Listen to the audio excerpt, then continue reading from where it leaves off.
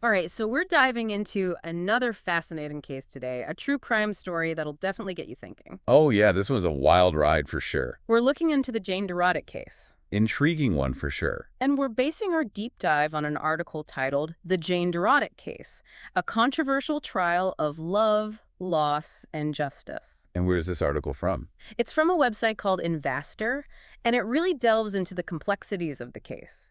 So the big question we're grappling with today, did Jane Dorotik actually murder her husband, Bob?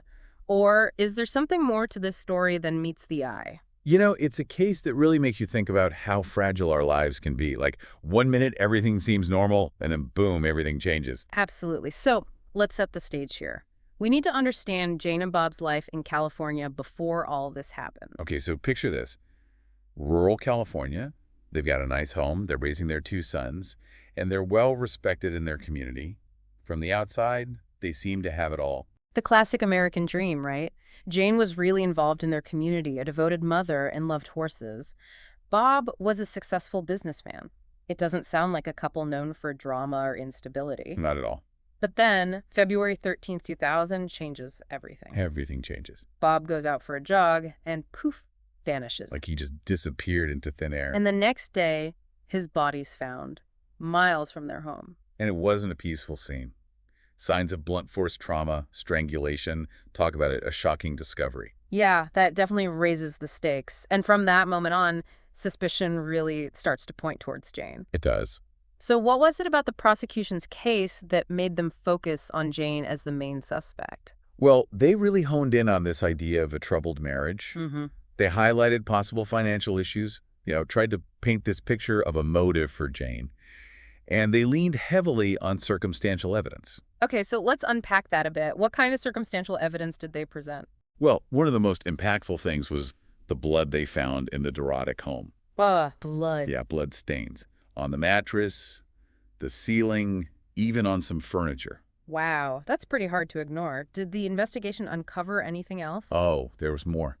They also presented tire tracks found near Bob's body. Okay. And they claimed these tracks matched Jane's truck. And then there's the discovery of this bloody syringe found in the bathroom trash can. And they believed it contained horse tranquilizer. Whoa, that adds a whole new layer to the story. It sounds like the prosecution was piecing together a lot of different bits of information. What was their main theory, though? Why did they think Jane might have done this? They were pushing this narrative that Jane was desperate to avoid a nasty, expensive divorce. So classic motive money. Right. They suggested she was afraid of losing out financially, especially when it came to alimony. So basically they were saying she thought she'd benefit more from Bob's death than from staying married. But with all this circumstantial evidence, did they have anyone who could directly link Jane to the crime? Well, that's where the testimony of Jane and Bob's sons, Nick and Alex, really comes into play. Okay, so they're kids. Yeah. They talked about tensions in the family, and they even expressed doubts about their mother's innocence. Wow, that's got to be powerful testimony, hearing that from your own children. It's definitely heavy stuff, Rare. really emotionally charged. Yeah. I'm guessing Jane's defense team wasn't going to just sit back and accept all of this, right? Oh, absolutely not. They came out swinging, arguing there was zero direct evidence connecting Jane to Bob's murder. They challenged how the prosecution interpreted everything, saying it was all based on assumptions and maybe even flawed investigation work. Can you give me an example? Like, how did they defend Jane? One of their main arguments was that the crime scene was potentially contaminated. Contaminated? Yeah, which could mean that the blood evidence they were using was unreliable. That's a good point. If the crime scene wasn't handled properly, it definitely raises doubts about the evidence. Did they have any other explanations for the bloodstains? They did. They brought up the fact that the Dorotiks owned dogs and livestock. Oh, right. So their argument was that maybe the blood came from everyday animal injuries, not a violent crime. Yeah. And, a lot of Gene's supporters still bring this up when they question how thorough the investigation really was. So their point was, hey, there are other possibilities here that weren't fully explored. And what about Jane herself? Did she speak at the trial? She did. And she painted a completely different picture of her relationship with Bob. Not at all what the prosecution was trying to portray. Interesting. Jane said that even though they went through a separation, she and Bide had reconciled, and were actually rebuilding their marriage. So she's saying they were working things out, getting closer. Exactly. She said they were happy. That goes against the prosecution's whole story of a loveless, troubled marriage. Did her defense team bring anyone else into the picture, like other potential suspects? They did, actually. They went a step further Yeah. and presented other individuals who they thought might have had a reason to harm Bob. So they were trying to shift the focus away from Jane, create some reasonable doubt. Exactly. It sounds like they were really trying everything to challenge the prosecution's case. But did it work? Did they sway the jury? Unfortunately for Jane, it was a really tough battle. The prosecution's story, combined with those emotional testimonies from her sons, it created a very strong impression on the jury. It'd be hard to overcome that. And in the end, the jury did find her guilty. They did. In 2001, Jane Dorotik was convicted of first-degree murder and sentenced to 25 years to life in prison. That's a heavy sentence, and she's maintained her innocence throughout it all. This case leaves you with a lot of questions. You have this seemingly picture-perfect life, a sudden tragedy, and a web of circumstantial evidence leading to a conviction. And that conviction, it's where the controversy really kicks in. This is why this case has stuck with so many people over the years. It's definitely got layers. But I think we need to pause here, and when we get back, we'll unpack those lingering questions and controversies around Jane Dorotik's conviction. There's a lot to dig into. Okay, so we're back and ready to dive into the lingering questions and controversies around Jane Dorotik's conviction. You know, one of the things that really stands out is this idea of potential gender bias in how the case was handled. It makes you wonder, right? Would the same story have played out if the roles were reversed? Yeah, that's a huge point to consider. A lot of Jane's advocates argue that the prosecution's portrayal of her as this cold, calculating woman motivated by money, it played into these harmful stereotypes about women. Right. Like it almost feels like they were tapping into these preconceived notions that women are driven by greed or this desire for financial security. But it's not just about the potential gender bias, is it? There's also the issue of the forensic evidence. I mean, we always hear about how DNA evidence or bloodstains can be so definitive. But in this case, there are concerns about the methods they used back in 2000, right? Absolutely. Think about it. Forensic science has come a long way since then. What they considered cutting edge back then might not hold up to today's standards. Take the bloodstain patterns, for example. Bloodstains can be valuable, but their interpretation isn't always black and white. Experts today might analyze those stains differently and potentially reach different conclusions. So what they saw as strong evidence against Jane back then might not be so clear-cut now. Exactly. What about those tire tracks they found near Bob's body? Those were used to connect Jane to the scene, weren't they? Yeah, but again, tire track analysis has also gotten more sophisticated.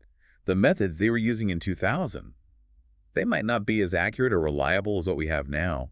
It's possible that the comparison they made between the tracks and Jane's truck was off, or maybe they didn't look closely enough at other vehicles that could have left similar marks. It's amazing how advancements in technology can really change our understanding of past events. What's unsettling, though, is this possibility that they rushed to judgment. Maybe because of that initial suspicion towards Jane, maybe they overlooked or downplayed evidence that could have pointed away from her. It's definitely a concern. And a lot of people who have looked into this case have brought that up. Did they miss something crucial because they were so focused on Jane? It's a question that lingers. It's like if you start with an assumption, it can influence everything else that follows. And speaking of other possibilities, what about those other suspects that Jane's defense team brought up? Did they ever really investigate those leads thoroughly? That's one of the most frustrating things for people who believe Jane is innocent. Her defense team did present alternative suspects, people who might have had a motive to harm Bob, but it seems like those leads weren't explored with the same energy as the focus on Jane. So there's this feeling that maybe if they had taken a broader approach, a more objective look at everyone involved, they might have found something that cast doubt on Jane's guilt or pointed to someone else. Right. And that's why there are a lot of people calling for a re-examination of the evidence, especially with the advancements in forensic technology we've talked about. They think that applying modern techniques to the evidence they already have, maybe even uncovering new evidence, could paint a completely different picture of what happened. It's got to be tough for Jane and her supporters, knowing that there might be something out there that could change everything, but it's not being pursued. But beyond all the evidence and legal arguments, we can't forget the human cost in all of this. Of course. At the end of the day, Jane Dorotik is a real person who has spent more than 2 decades in prison for a crime she says she didn't commit. The impact on her life, her family, it's impossible to measure. Even if she were exonerated tomorrow, those years are gone. And her sons, who testified against her, believing she was responsible for their father's death, that's a heavy burden to carry. It really makes you think about the criminal justice system. It's designed to seek justice, but it's not perfect. There's always the potential for errors, for biases to creep in. So the question remains, was Jane Dorotik wrongfully convicted, or was justice actually served? It's a question that has lingered for over 20 years, and there's no easy answer. The evidence is complicated, there are conflicting stories, and the stakes are incredibly high. We've looked at the prosecution's case, the defense's arguments, the questions surrounding the evidence. Now it's up to each of us to weigh all of that and decide what we think. And that's what's so fascinating but also challenging about true crime. It forces us to confront these complexities, to think critically about the legal system, the power of narratives, and how we determine what's true. It's not just about entertainment, it's about engaging with these real-life mysteries and grappling with these tough questions. What stands out to you most from everything we've discussed so far? For me, it's how this case shows us that even our best systems can be flawed. It's a reminder that we can't ever be complacent when it comes to justice, and we always have to be open to the possibility that the truth might be more complicated than it looks at first glance. That's a powerful takeaway. Before we wrap things up, though, I want to shift gears a bit and talk about the bigger picture here. The Jane Dorotik case, it's not just about one woman's fate. It raises these broader questions about how we approach true crime stories, the narratives we tell ourselves about crime and justice.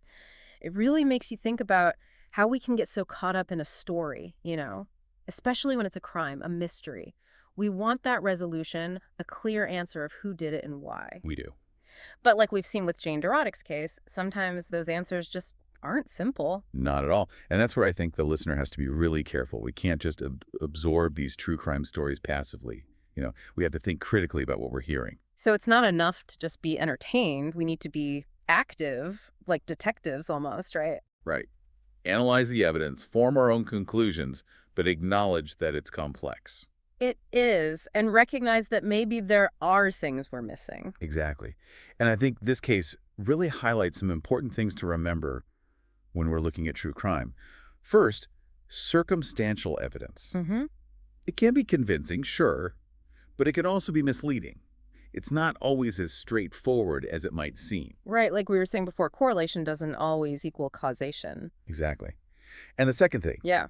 we got to remember that science, especially forensics, it's always changing. What they thought was rock-solid proof 20 years ago might not be seen the same way today. Because of all the new technology and stuff. Exactly. So Yeah. we have to stay informed, right? Yeah. Be open to the idea that what we thought was true might change as we learn more. It's like that saying, the only constant is change. Yeah, that's a good one. And the last thing, and maybe this is the most important, we can't forget about the human side of these stories. These aren't just puzzles to solve. They involve real people whose lives are affected by these events. It's so easy to get lost in the mystery, the whodunit. But at the end of the day, these are real people dealing with loss, with grief, with uncertainty. And sometimes with the real possibility of injustice, Yeah, absolutely. So as we all keep exploring the world of true crime, whether it's through podcasts like this or documentaries or books, Keep these things in mind. be critical Be informed. and be empathetic. Exactly. The pursuit of truth and justice, it's a journey, not a destination, right? Yes. Something we have to constantly work at. And be willing to learn more, to maybe change our minds as new information comes up. Well said. This deep dive into the Jane Dorotik case has been really eye-opening. We've looked at the investigation, the different sides of the story, all those lingering questions that are still out there. Oui. And we've seen how complicated circumstantial evidence can be, how much forensic science has changed, how important it is to think critically about these true crime stories. It's true. But maybe the biggest takeaway is this.